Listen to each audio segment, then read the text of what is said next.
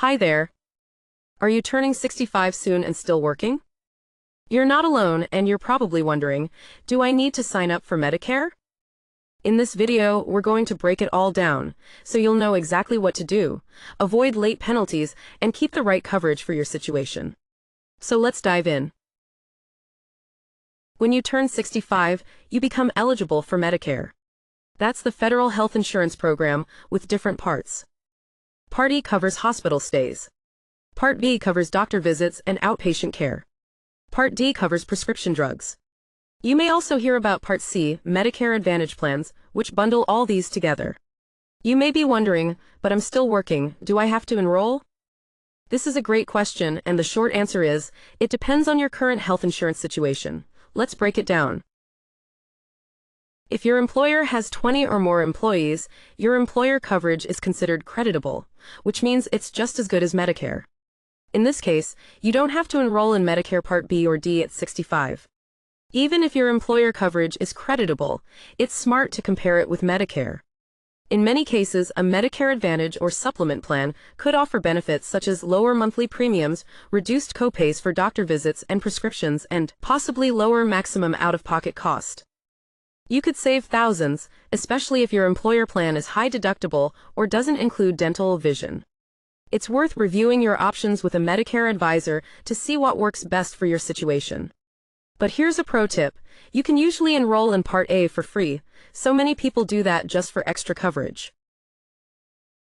Now, if your company has fewer than 20 employees, Medicare becomes your primary insurance, even if you're still working. That means you should enroll in both Part A and Part B when you turn 65.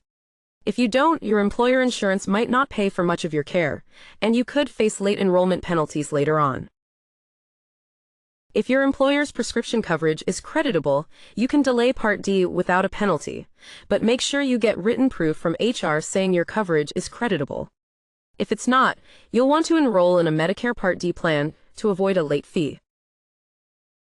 Let's say you delay Medicare while working past 65, no problem.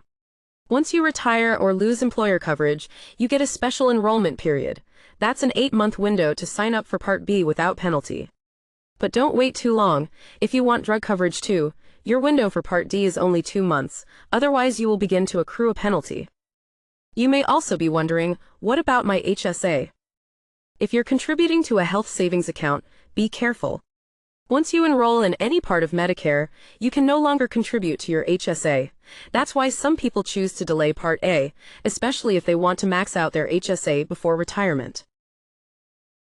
Alright, so to recap, if your employer has 20+ employees, you can probably delay Part B and D, although we suggest comparing your work plan to Medicare for additional savings. But if it's under 20 employees, you should enroll to avoid coverage gaps. Always get documentation from HR about your drug plan, and watch that HSA if you're still contributing. Still have questions? Call to speak with one of our licensed Medicare and retirement planning specialists today at 972-520-4884, or click the scheduling link in the video description to book an appointment with us.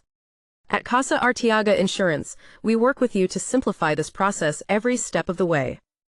Don't forget to like, subscribe, and hit the bell so you never miss tips like these. Thanks for watching, and see you in the next video.